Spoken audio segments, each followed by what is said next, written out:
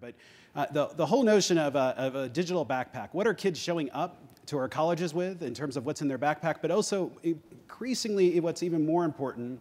So there's all these digitization of education is taking place. It's blowing up a lot of the content aggregation, a lot of where students are getting education. Students are collecting courses and credits and experiences and a lot of other things from a bunch of different institutions and badges. How do we keep track of all that? How can they showcase that?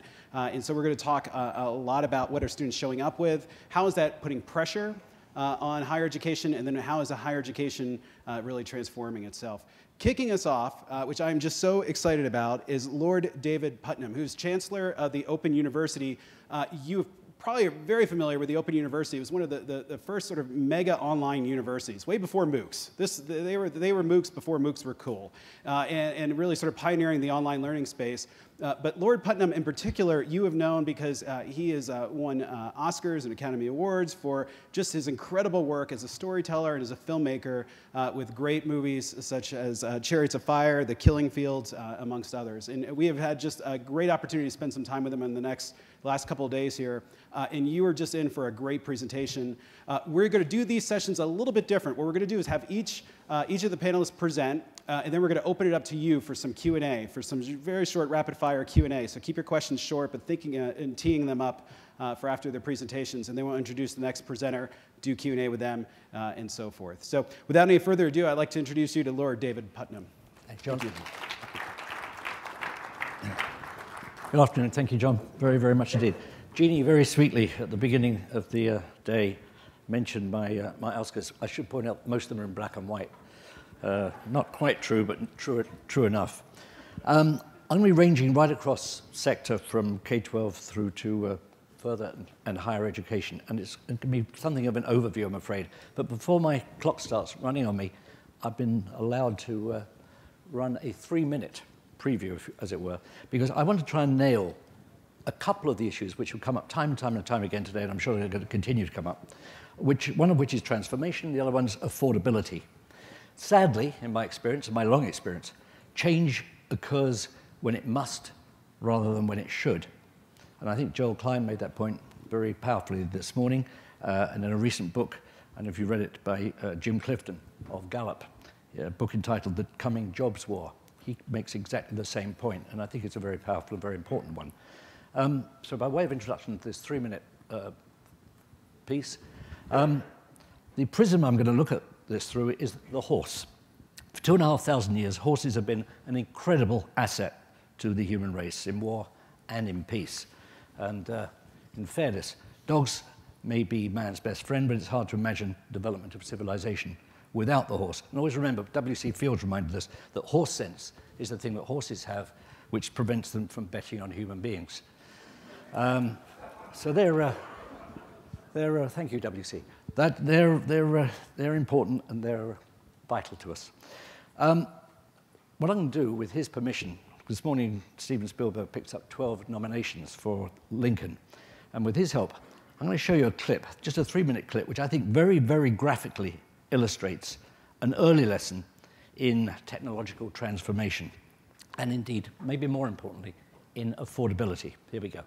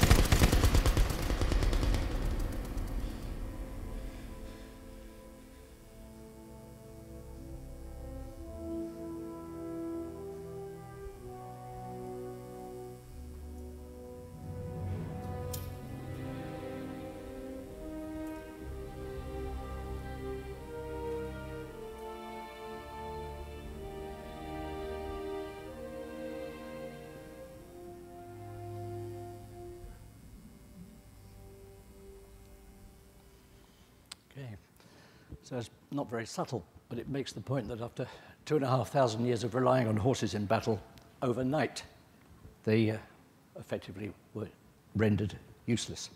In fact, a liability. Didn't mean we stopped loving horses. In fact, I would argue that we probably loved them a little bit more by stopping slaughtering them in battle. But the affordability argument, as it affected the machine gun and other war technology, went out of the window. The day after the Battle of the Somme, no one started talking any longer about how much machine guns cost. They started working out how quickly they could get them, how good they could become at deploying them, and how quickly they could ensure that they didn't become the final determinant of the First World War. So I happen to believe that is exactly where we are with education. Technology has arrived, and it isn't, we don't love the way that we worked, it's just that it's changing in every single respect. And we can no longer have fatuous affordability arguments because the stakes are far too high for that.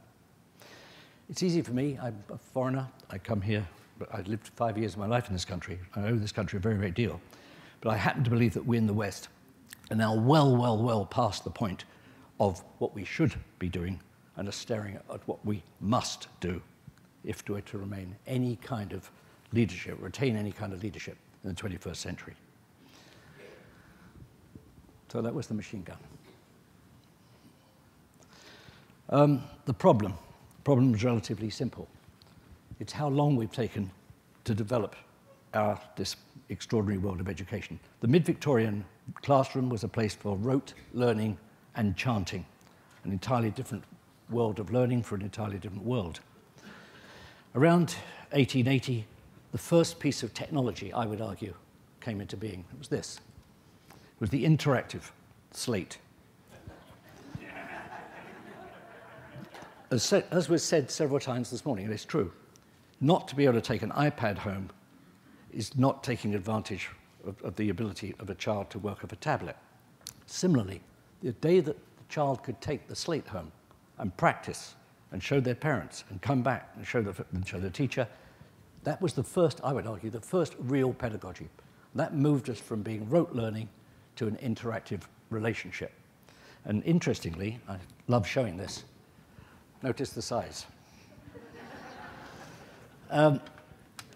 So, to all intents and purposes, things started to genuinely change, but not quickly enough. This is a brilliant surgeon in 1913, during the First World War, a brilliant surgeon. But no matter how brilliant he may be, had he been time-traveled into an operating theatre in 2013, not one single aspect of his skills would have been any use to him whatsoever, other than possibly his empathy and his ability to wipe the brow of a patient. He might as well be standing on a spaceship. However, in the classroom, we would all have to recognize that a really much-loved and good teacher in many, many subjects, possibly even most subjects, could today deliver a lesson despite the fact that she, and it probably would be a she, was trained 100 years ago. Nothing like the same type of change has occurred as a result of technology as has occurred in teaching and learning, as has occurred in many, many other aspects of all of our lives, despite the fact that we've learned more in the last 20 years about the way the brain works than we've learned in the rest of recorded history. We have not been applying anything like the knowledge that we're developing. In 1947, he knew there was a problem, and there was a problem. And in fact, he would have shared almost exactly the sentiment with us this morning that Joel Klein did. And in 1947, there were other voices. Can I just run this? This is a mashup I made last week.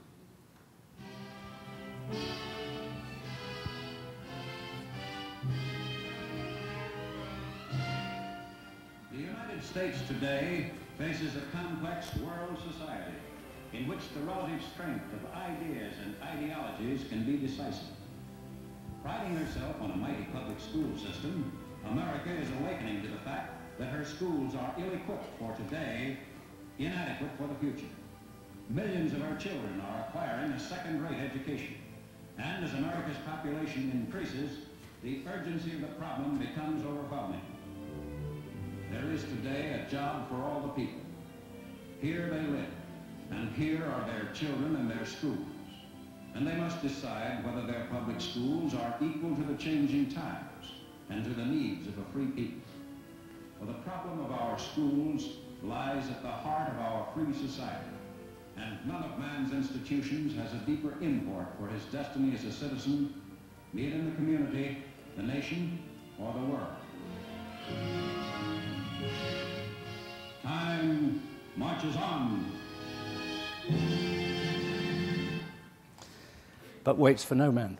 I would argue that other than the jobs for everyone, every single word of that commentary could be repeated today and you wouldn't change very much. The situation is bleak. The answer clearly has to be new pedagogy. That's to say, an unblinking investment in new technological environments, in a new seriousness of approach, as Tom Friedman, my favorite journalist in the New York Times, has been saying for years and years and years, this is a nation in educational crisis. My colleagues at Promethean did this for me. This is where we could be going. It is a question of different types of technological platforms in brand new learning environments. I hope that Sean from this morning, when you're talking about furniture, would admire this and possibly even recognize this. The key is all these systems have to become interoperative.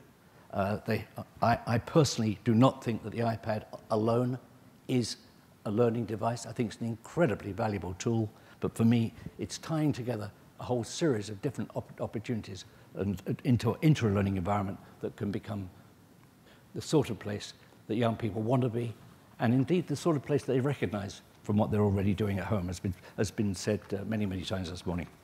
I'm racing through a bit now because I don't want to use up too much of my time. Now, here's a very remarkable, this is a phenomenon, and I've been very surprised no one's touched on this today. This is the aggregate of just two resource sites in the UK. One's the Promethean Planet resource site, and the other is the Times Educational Supplement resource site. Now, when I worked at the Department of Education for 6 years, we had dozens and dozens of marvelous initiatives and ideas and schemes, all of them bedeviled by one thing, scale.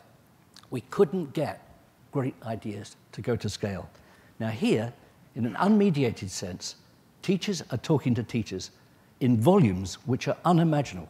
We estimate next year 150 million conversations with teachers uploading to each other lesson plans, ideas, and generally interacting. These are, you may disagree with me, these are, I think, remarkable numbers, as I said, coming from just two websites. This young lady is a 23-year-old teacher from Wales. She's a special needs teacher. Look at those figures. She's been downloaded 2,729,000 times in over 150 countries, one teacher. These are numbers I don't think any of us really have been getting our heads around, and certainly not an opportunity that we got around, because the opportunity here is to catalyze these people and inspire them and put them to work and make them realize what extraordinary valuable human beings they are and the amazing job they're doing. That's my K-12 offering. As I was introduced by John just now, I'm Chancellor of the Open University. It's the second university I've been a Chancellor of. I was Chancellor of an industrial university in the north of England, University of Sunderland, for 10 years. The OU is rather extraordinary. We started in 1972, and very interestingly, because this has been echoed today, we started against the opposition of the entire educational establishment in Britain.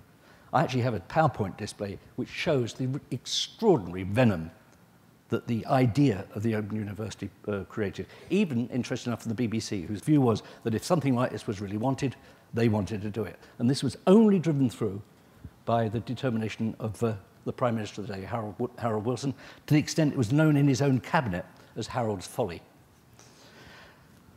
This is what we were dealing with. That was Oxford, 1972. This was us, 1972. And this was our first studio, 1972. Things have actually come quite a long way, in fairness.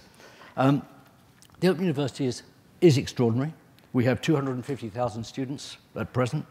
And I'm just going to offer you a preview of something that we're starting, it's being properly launched in a month's time, which is a brand new scheme for us, but it speaks for itself.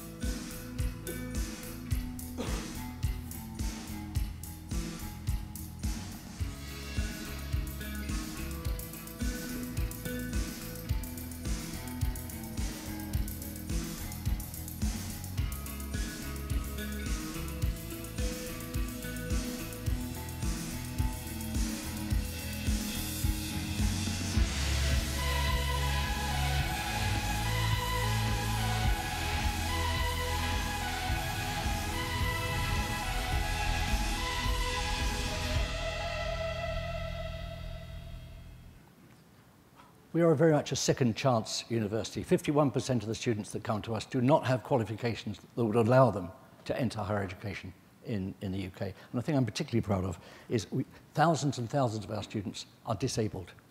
We are the disabled university and phenomenally successful at it.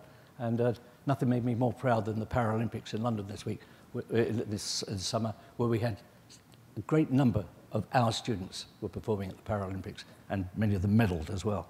The last thing I'm going to show is about the destruction of distance. I teach in about 5 universities around the world. The furthest distant is Brisbane. So I teach live and online to Brisbane. I've done 20 hours this past autumn, and one of my students very sweetly cut together just a 2-minute promo of what we've done together.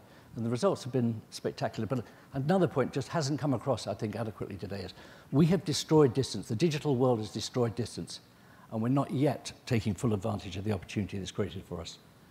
If you could just hit that one. Last one.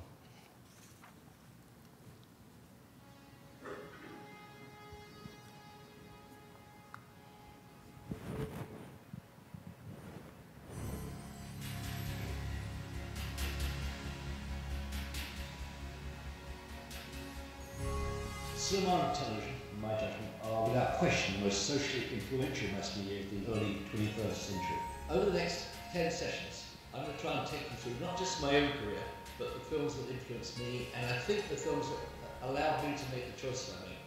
I'd like to show you a clip of what, for me, is one of the finest documentaries ever made.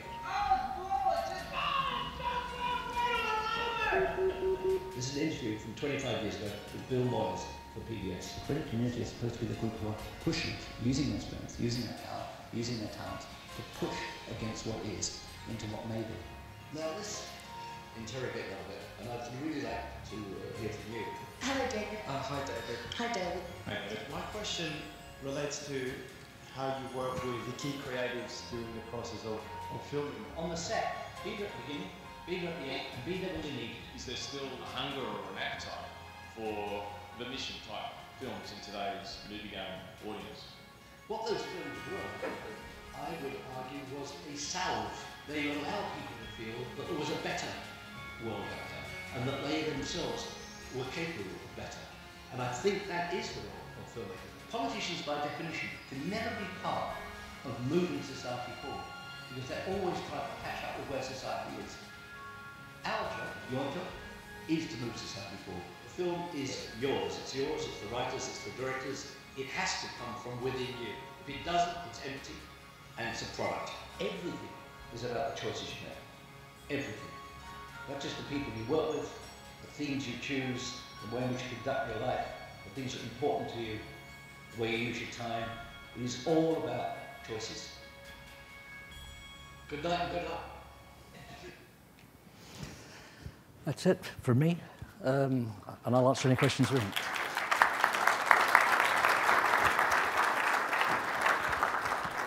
We have time to take, I think, one question from the audience, but just as we're queuing up the microphone, how did you get involved from going from film into education and into education policymaking? What brought you, what was that journey to go into working with Promethean and with Open University now? It was partly revenge. I left school when I was 16. I was an academic catastrophe. One of the reasons I like attending to sessions like this is that it seems to be quite important. There is at least one voice from someone who education failed. I would guarantee that 95% of the people in this room are successes.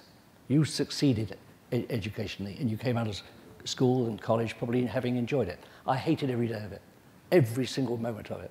And what I tried to do, and what I've tried to do for 50 years, is try to, in a sense, prove that there are other ways of being educated. I went to night school.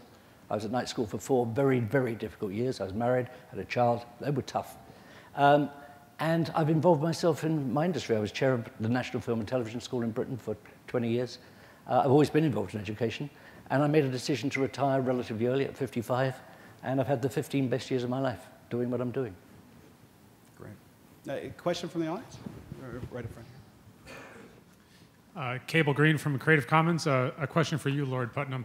Could you describe what is the Open Learn project that you have at the university and why are you doing it? We are, in a sense, responding to what we think's happening around us. We've known we've had a great product for a long time. What makes us, I think, unique, as you know, Cable, very well, is all of our courses are developed from the ground up as digital and interactive. It's not a question of us taking courses that exist and plonking them online or filming them. All our material is conceived as an interactive, originally television, now online thing. And what we're just trying to do is extend that out and making it simpler and simpler. We're already the most heavily used iTunes U site. We do an enormous traffic through iTunes U, and it's been very evident that we offer something that's very satisfying. The last 3 years, quite extraordinary, we've come top in the UK on the student satisfaction ratings. So clearly we're doing something, we're doing it right, and we just want to extend it. At the moment, we have 196,000 UK students and I think 16 or 17,000 foreign students. We want to massively change that and up the foreign component. One point I didn't make, and I would like to make, if I may. When I talked about the failure of American education, I was an advisor to the Singapore government for 5 years. I'm now working in Vietnam and Cambodia. I want to make one point very important. Korea, Singapore, much of that part of Asia, China, do not want the US to wake up and smell the coffee. They prefer you didn't. They prefer not to be competed with because they have understood the importance of education and they've come to the assumption that the US just, and indeed Europe, simply hasn't. So this isn't a question of a benign global environment. This is a highly competitive global environment in which the West, Europe, the US, either gets its act together or has to accept the fact that it was a 20th century powerhouse, will not be a 21st century powerhouse, and will probably be a total irrelevance in the 22nd century. Great. Thank you very much. Can you join in? Thank you. Thank you. So just a great way to wake us up in the afternoon, particularly with the Warhorse clip. So and I want to introduce Heather Hiles, who is the founder and CEO of Pathbrite. We're going to be transitioning over to her PowerPoint. Refer you to the program for her biography, but again, incredibly passionate social entrepreneur who's just done so much in terms of trying to close the achievement gap. And one aspect that came up in Lord Puttnam's presentation too about education's become less of a place that you go to get education and more of an ecosystem of places that you collect different education achievements. And that's what Pathbrite is all about, is about collecting and showcasing all of the achievements through your academic career. Increasingly important as policymakers start exploring competency-based learning and new approaches of learning, and as, again, digitization sort of breaks up all the traditional sort of content aggregation models that we have here. So please join me in welcoming Heather. Thank you very much. Good afternoon, and thank you for allowing us to present. Pathbrite is a next-generation educational portfolio. And what that means, for those of us who are not in the know, is that we're building on the building blocks of an older technology called e-portfolios. I personally have over 20 years of experience in education, both K through 12 as well as adult. And in my years of working with people who needed to get very specific job skills to be career ready, or helping people catch up multiple grade levels in 1 year's academic year's time, I found that you really have to have great technology to help people understand the skills that they've already acquired and their current competencies and the gaps that they have in, that they need to fill in order to be prepared for the next opportunity. And it is in e-portfolios where I see the pedagogical promise, the instructional promise in technology to really help people assess their own skills and capabilities and understand what skills they need to develop for the next opportunity. So I genuinely believe that educational portfolios, we've made them Web 2.0, will really help advance people's understanding, it really help them advance and optimize their learning outcomes. As I talk to students around the country, where I show them this slide, which says, I am the sum total of my bubble tests, said by no student at any time ever.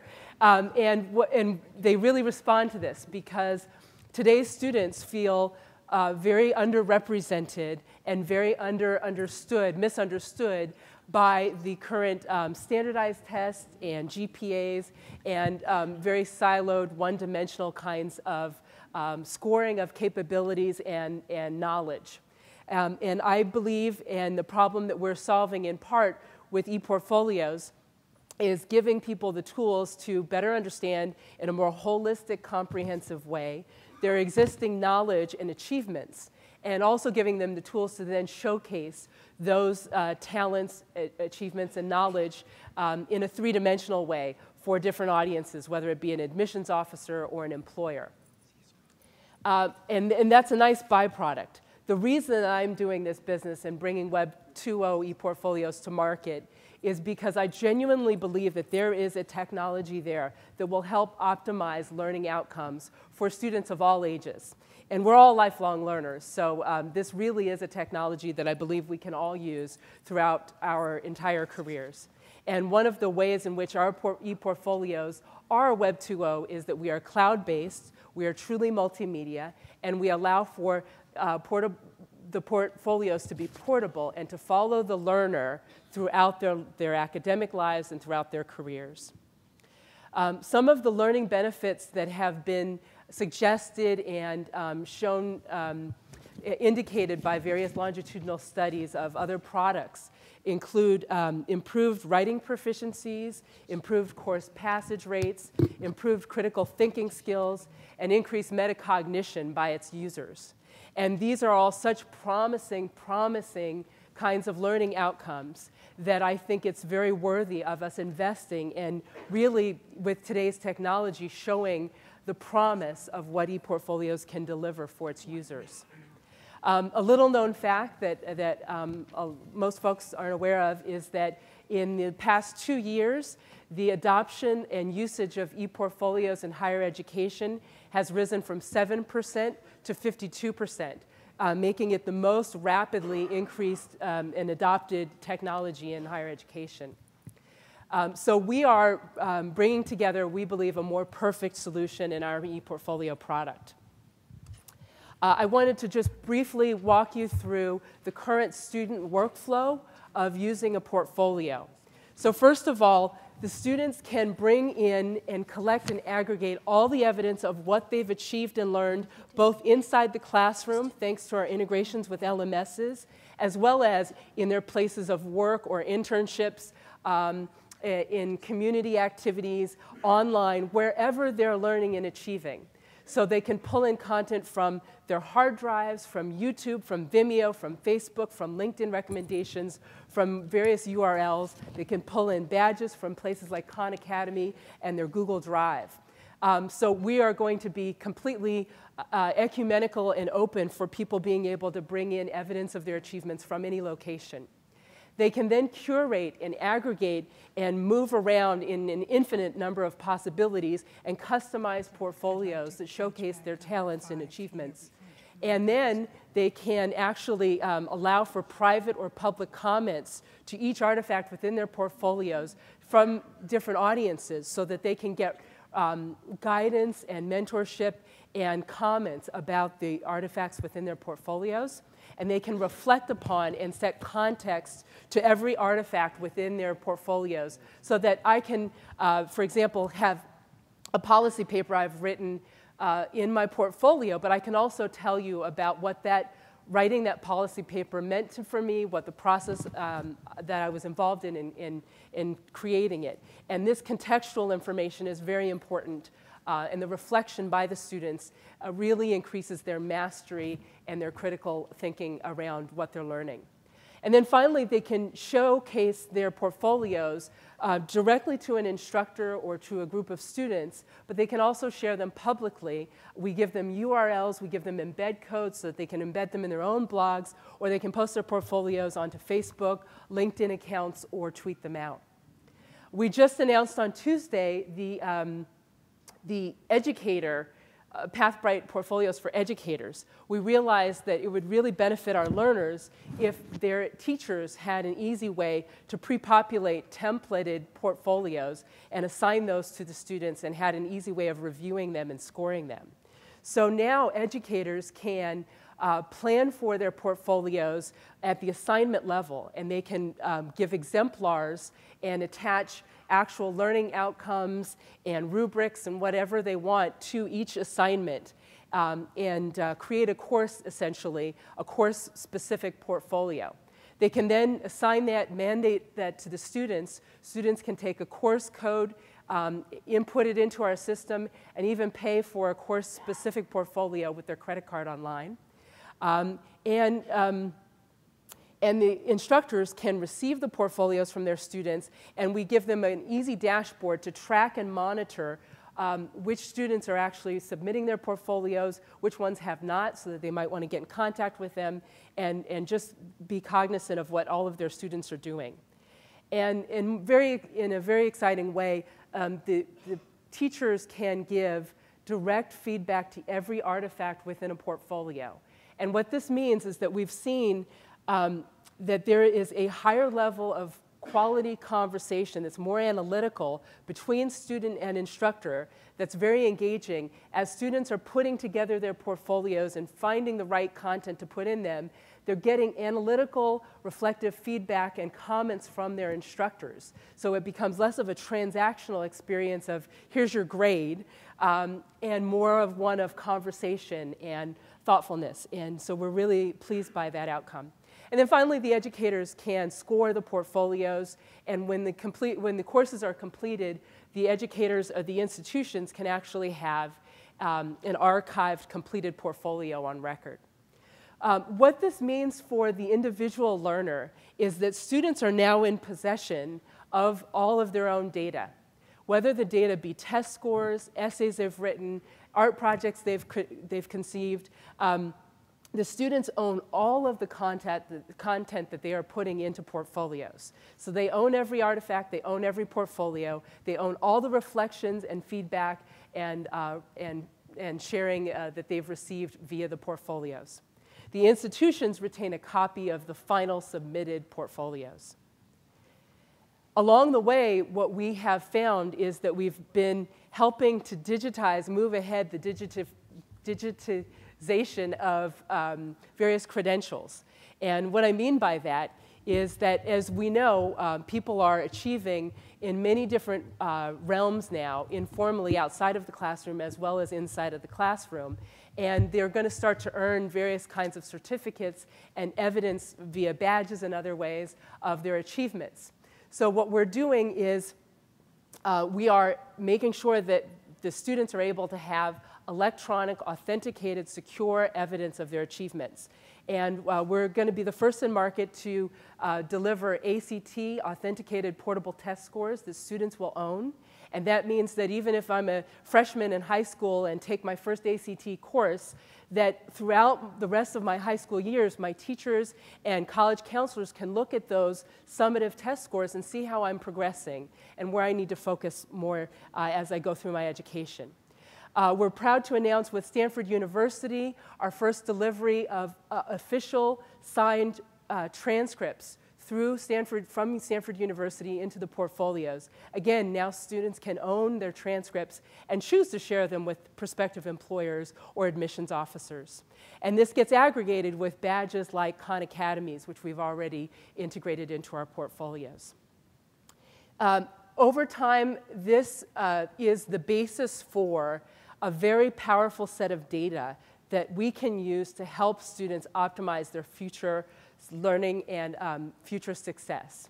So I look forward to answering questions about that. We actually have webinars that have been happening all this week, and we have our final webinar tomorrow. If you would like to participate in it, it's the part about Pathbrite for educators, and Jeanette here, who's in the front, we could take your card and give you information about the webinars. And we also have some write-ups about the Pathbrite portfolios. Thank you very much. Thank you. I think we have time for one question, too.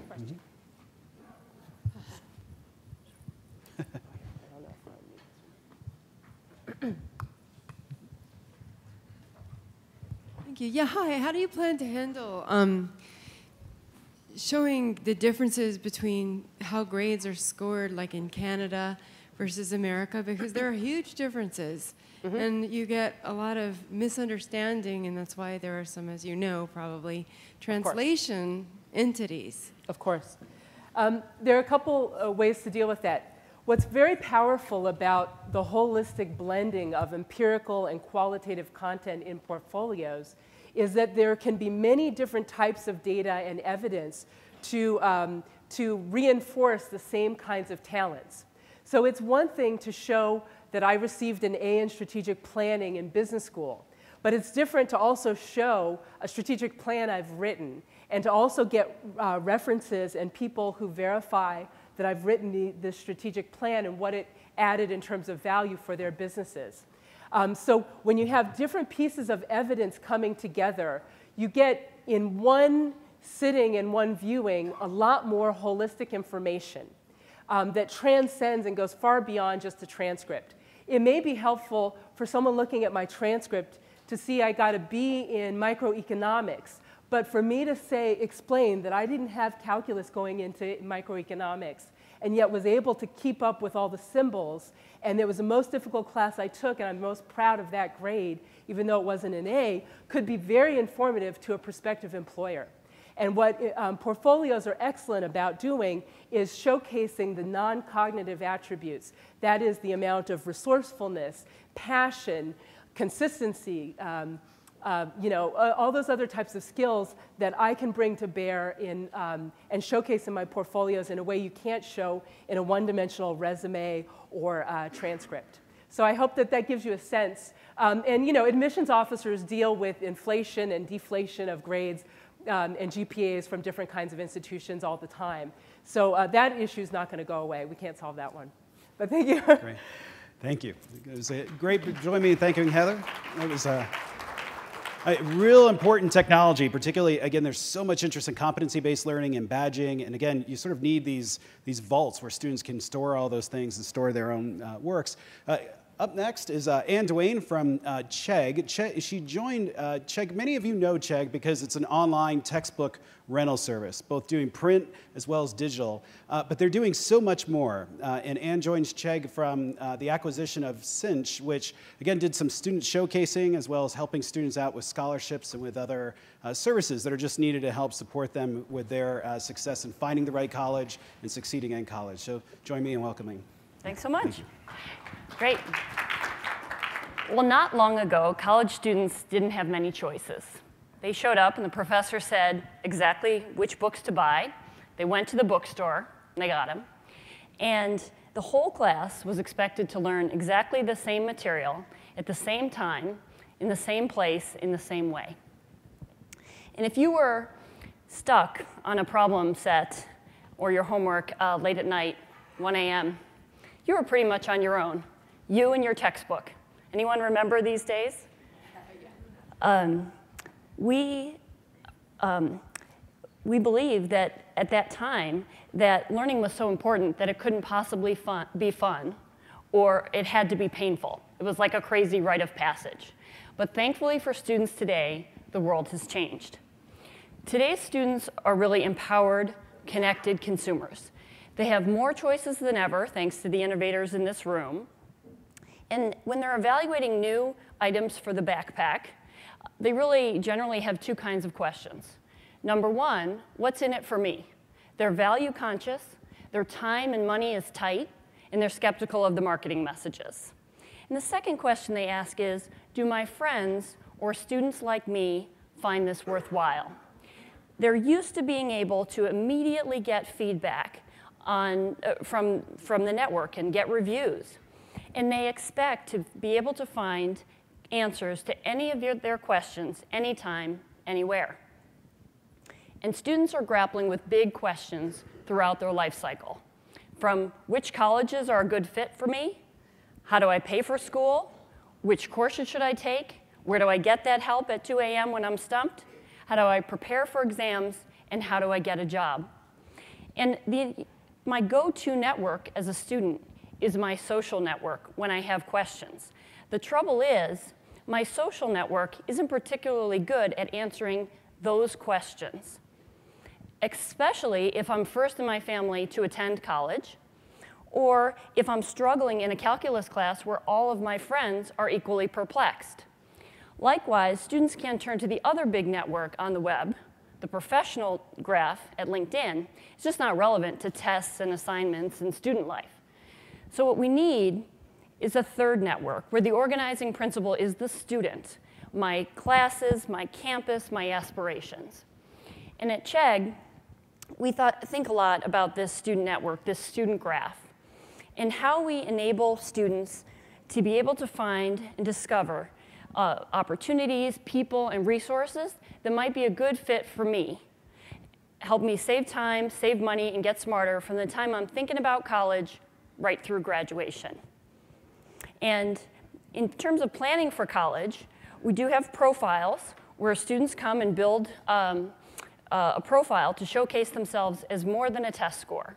So they've got the academics and the extracurriculars. They can show their experience. This could be community service or jobs. And then they can have recommendations from coaches or teachers or parents, and then any media that they've created. And the service has become very popular. Over 40% of college-bound seniors and over 500 colleges and universities will interact on the platform this year. Colleges and universities find it helpful. It's efficient outreach to sought-after students. And students find this free service just empowering in an admissions process that's often very daunting. And they can ask questions about admissions, like this one that came in last week about late applications to University of California at Santa Barbara. The question was answered in timely fashion from the admissions counselor, who also has an identity on the system, really humanizing the admissions process. Now, as students head off to college, they have a lot of big questions. They crave information about what to get to succeed at school and to enjoy college life. And just, again, the social network, my friends, are kind of less helpful than the student graph, which might include students from my high school that graduated last year that are now attending the college that I'll be going to soon. And those kinds of information loops are important because students are making big decisions at back to school. $53 billion worth of spending in college back to school alone. This is not tuition. This is what college students spend at back to school time last year. And they're not doing this just blindly. They're actually making lots of decisions in these brand formative years. 70% of college students we surveyed have changed the brand of their mobile device, 58% the brand of laptop, and even 59% their brand of shampoo. So they're actually becoming into their own as consumers. Now, during the semester, students spend a lot of time with the problem sets in their textbooks, either because they're trying to complete assignments or they're trying to master the concepts. And we now offer over 2.5 million step-by-step textbook solutions to help students master those concepts on their own time at their own pace. And that's what's more, there's a network of experts standing by 24/7 to answer more detailed questions. So let's take a look at that service. This is actually the new Win 8 version of our textbook solution app, which just launched this week. So you select the Chegg app, you find your book, you can browse by category, you can find your pesky test calculus book, and then in a nice interface on the Windows 8 system, you pick your chapter, you pick the problem set that you're going to tackle, and then you see the step-by-step solutions. And again, it's walking you through how to solve the problem, so you can really master it. If you have questions, you can pose questions and get answers. And what's really interesting is not only does this build understanding of the material, it builds confidence within the student.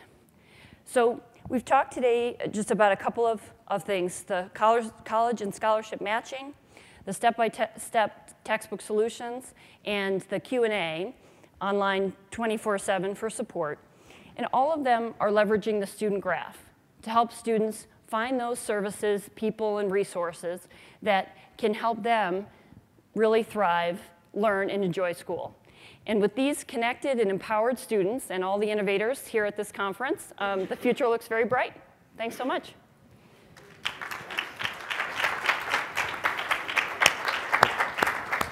So again, another great example of how to showcase student work. A question for Anne, one question. We have one up front here. How's it going? David Morgan from Performline. Just a quick question. Obviously, those are huge decision points that students have when they're interacting with the platform regarding paying for school and how they might be able to make those decisions. Is there any concern on the part of the educators or the institutions on the information that's being provided back? That's a great question. No, I think the cat's out of the bag, right? Students are out there asking information. What we like to say is, on this platform, and as well as the web in general, we invite everyone to participate, right? And the example of the admissions counselor, their profile is actually identified, and they're authenticated. But the reality is that we think increasingly institutions should be thinking about, and educators, as being part of the conversation, not pretending that they control the conversation, because it's just not possible anymore. Great question. Can you join me in thanking our panelists for just a really great discussion and presentation today? So.